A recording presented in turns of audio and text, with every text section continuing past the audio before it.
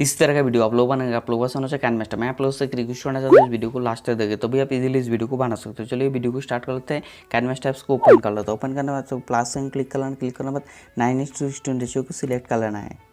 Select करने के बाद आप लोग जाना है मीडिया पे। यहाँ पर आप लोग को बैकग्राउंड लेना है, व्हाइट कलर का आप लोग बैकग्राउंड लेकर वो कर देना है।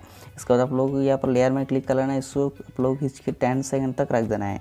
इसका ओके कर देना है। अभी आप लोग जाना लेयर पे जाकर मीडिया पे जाना है। यहाँ पर आप लोग का एक वीडियो को ऐड कर लेना है। उस वीडियो का लिंक आप लोग को वीडियो डिस्क्रिप्शन में मिल जाएगा। चलिए मैं उस वीडियो को ऐड कर लेता हूँ। ऐड करने के बाद आप लोग यहाँ पर क्लिक करके फुल स्क्रीन कर देना है। इसके बाद वो कर देना है। अभी आप लोग वीडियो का लास्ट पार्ट में चला आना है। इसके बाद आप लोग वीडियो लेयर में क्लिक कर लेना है। क्लिक करने के बाद क्रोमा की में जाना है, इसको एनेबल कर देना है। एनेबल करने के बाद आप लोग को यहाँ पर ग्रीन कलर चूज़ कर लेना है। चूज़ करके ओके कर देना है।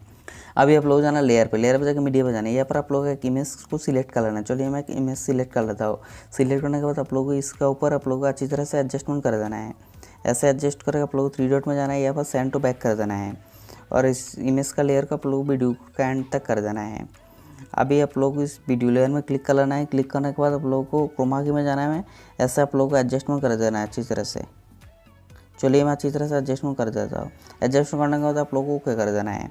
आप यहाँ पर देख सकते हो वीडियो रेडी हो चुका है। चलिए मैं आप लोग इस वीडियो को प्ले करके दिखा देता हूँ।